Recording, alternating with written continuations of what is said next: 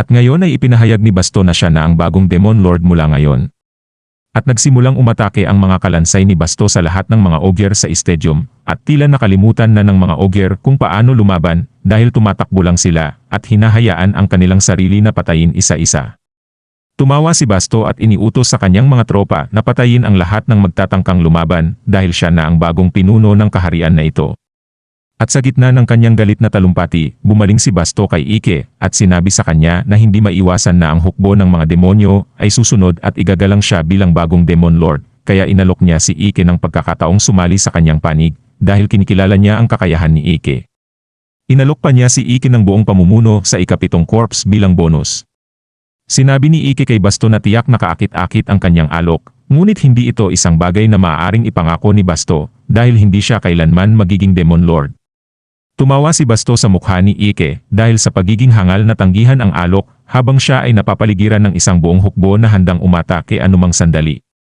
Ngunit kahit na siya ay napapaligiran ng hukbo ni Basto at may ilang mga kalansay na paparating sa kanya, nanatiling kalmado si Ike at nagpatupad ng isang napakalakas na spell ng hangin upang patayin ang mga kalansay na umaatake mula sa harap.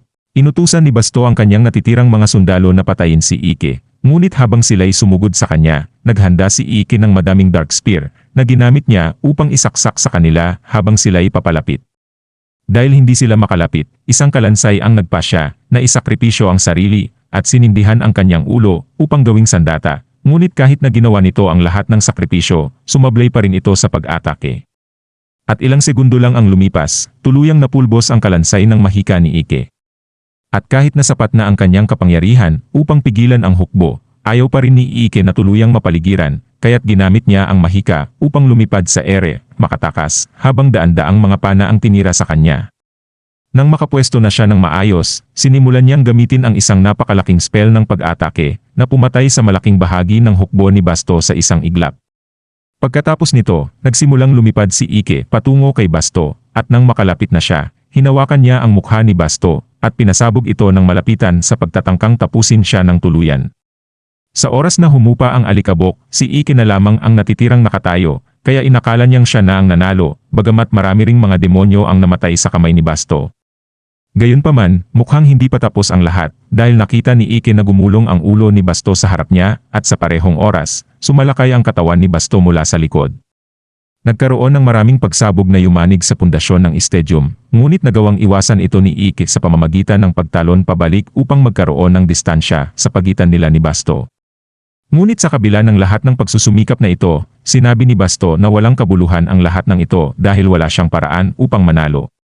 Bilang pinuno ng Onding Brigade, alam ni Ike na halos imposibleng patayin ng tuluyan ang mga sundalong tulad nito, kaya't lahat ng mga sundalong napatay niya ay unti-unting makakabawi at magpapatuloy sa pakikipaglaban. Si Basto at ang kanyang mga tauhan ay lahat undead na nangangahulugang wala ni isang ginawa ni Ike ang magiging sapat upang makamit ang tagumpay. Dahil patuloy silang bumabangon at muling nagsimulang umatake ang mga sundalong undead gamit ang kanilang pagsabog na bungo, ngunit nananatili pa rin silang palpak sa pag-atake. Kahit na hindi nila siya natamaan, nakakuha pa rin ito ng atensyon ni Ike. Habang siya ay nadidistract, isang sundalo ang palihim na lumapit at sinubukang patayin si Ike, ngunit nakita ni Ike ito at pinagyelo ang mga braso ng sundalo bago ito durugin sa pira-piraso. Pagkatapos nito, gumamit si Ike ng time magic upang pabagalin ang mga paparating na sundalo, at habang sila ay nakapirmi, isa-isa niyang pinatumba ang bawat isa gamit ang kanyang tungkod. Gayunpaman, kahit na ang kapangyarihan ng mundo ay hindi sapat upang mapigilan ang hukbo ni Basto, dahil patuloy lamang silang bumabangon. Ang kanyang hukbo ay halos walang hanggan dahil sa kanilang tuloy-tuloy na pagbangon, at kahit gaano pa kalakas si Ike, limitado pa rin ang kanyang magic, kaya't sa kalaunan ay mauubusan siya ng lakas at matatalo sa walang tigil na pag-atake ng undead na hukbo. Sinabi ni Basto na nakakalungkot na kailangan mamatay si Ike sa ganitong paraan, dahil kung pumayag siyang magtrabaho sa ilalim niya, magagamit sana ni Basto ang kanyang mga talento ng maayos. Sa puntong iyon, ang archer na nasa posisyon para mamana ng buong oras na ito, ay tumutok at nagpakawala ng isang pampasabog na palaso diretso sa likod ni Ike. Gayunpaman, mas naging maingat si Ike sa kanyang paligid matapos siyang tamaan sa likod noong una, kaya't kahit na tumama ang palaso at lumikha ng malaking pagsabog, nagawa niyang harangin ito gamit ang isang magic shield, bagaman nabasag ang kanyang shield at napagod si Ike. Nagulat si Basto na buhay pa rin si Ik matapos makatanggap ng ganitong klaseng tama, ngunit may kabuluhan ito dahil sapat ang kanyang kakayahan para maging commander ng ikapitong brigada.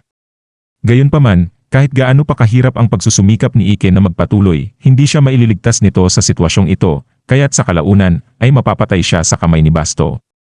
Napagtanto ni Ike na tama si Basto, at lahat ng attack spells na kanyang itinapon hanggang ngayon ay nag-aksaya ng marami sa kanyang magic, kaya kailangan niyang makaisip ng bagong plano kaagad kung hindi ay wala siyang laban.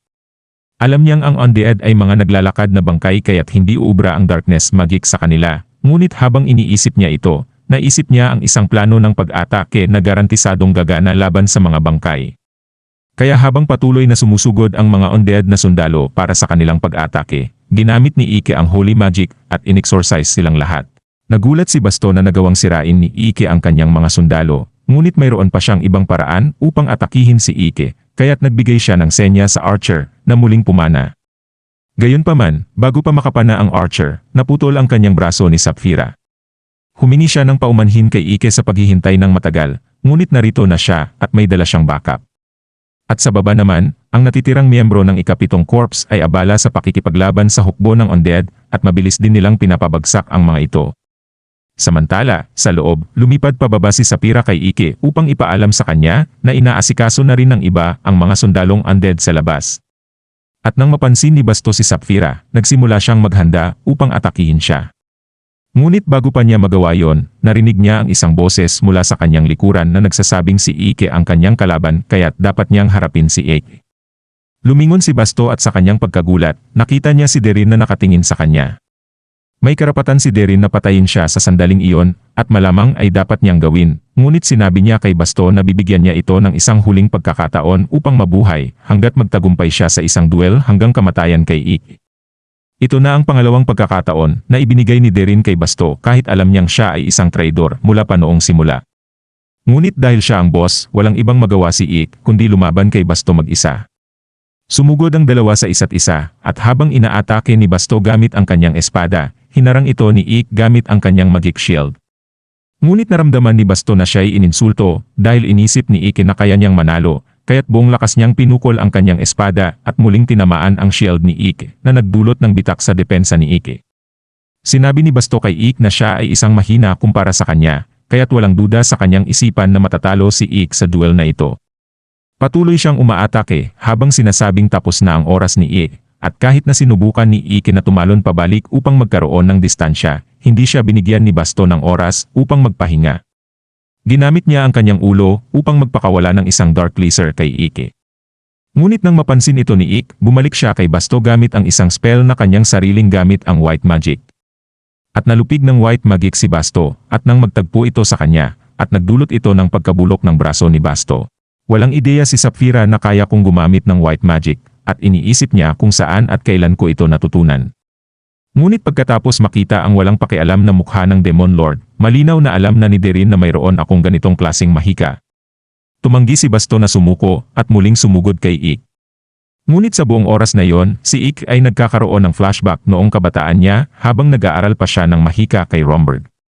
Sa panahon niyon, tila labis siyang interesado sa isang bulaklak na nalanta, ngunit dahil oras na para sa kanyang pang-araw-araw na aralin sa mahika, iniwan niya muna ito at sumama kay Romberg upang mag-aral.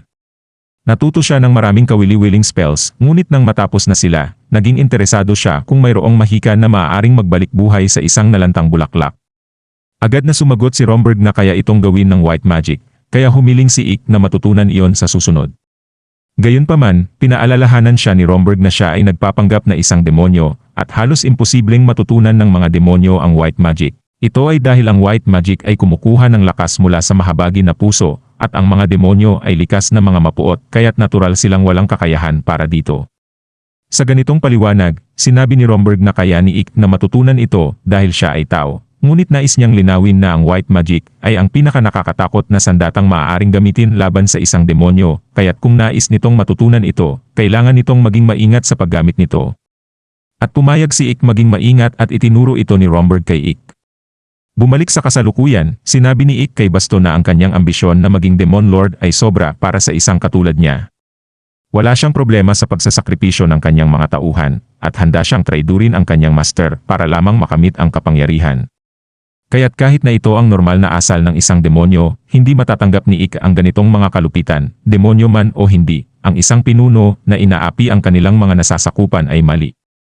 At sinabi ni Basto na manahimik si Ik dahil wala itong alam sa sinasabi niya, ngunit sinabi ni Ik sa kanya na siya ang dapat manahimik dahil ito na ang kanyang huling sandali ng buhay. Sinubukan muli ni Basto na atakihin si Ik, kaya nag-charge si Ik ng kanyang white magic, at sa isang mabilis na galaw, sinaksak niya ang tiyan ni Basto at tuluyang pinatay ito. Sa wakas, nang matalo na si Basto lumapit si Sapphira kay Ik at sinabi na natutuwa siyang naging maayos ang lahat sa huli.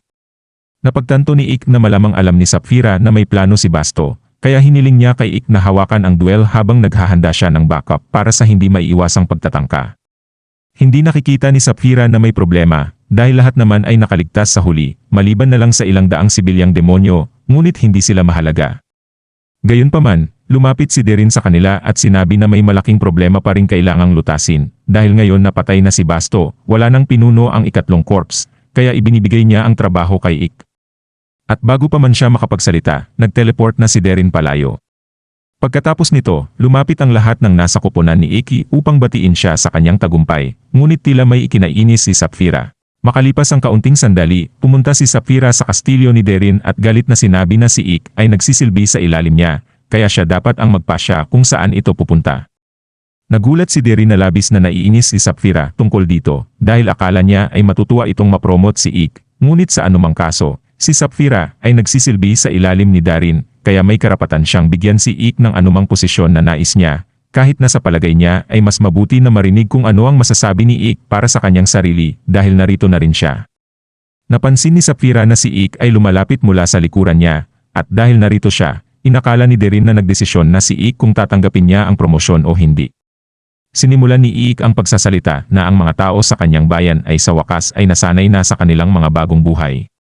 Sa simula, hindi nagustuhan ng kanyang mga tauhan ang pamumuhay kasama ng mga tao, ngunit sa paglipas ng panahon, natutunan nilang mag-adapt sa bagong pamumuhay, at ganoon din ang mga tao.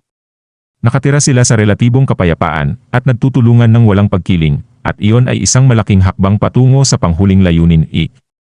Ipinaliwanag niya na nang sumali siya sa hukbong demonyo, inaasahan niyang makalikha ng isang mundo kung saan ang mga demonyo at tao ay maaaring mamuhay ng mapayapa, at hindi nagbago ang kanyang layunin. Tinanggal niya ang kanyang maskara bilang tanda ng sinseridad at humingi ng paumanhin kay Derin dahil kailangan niyang tanggihan ang promosyon. Marami pa siyang gustong matutunan mula kay Sapphira, ngunit nangako siya na gagawin niyang matagumpay ang unang lungsod kung saan ang mga tao at demonyo ay magkasamang namumuhay. At dito na po natatapos ang yugtong ito. Maraming salamat po. Mag-like at subscribe para sa susunod na kabanata. Hanggang sa muli.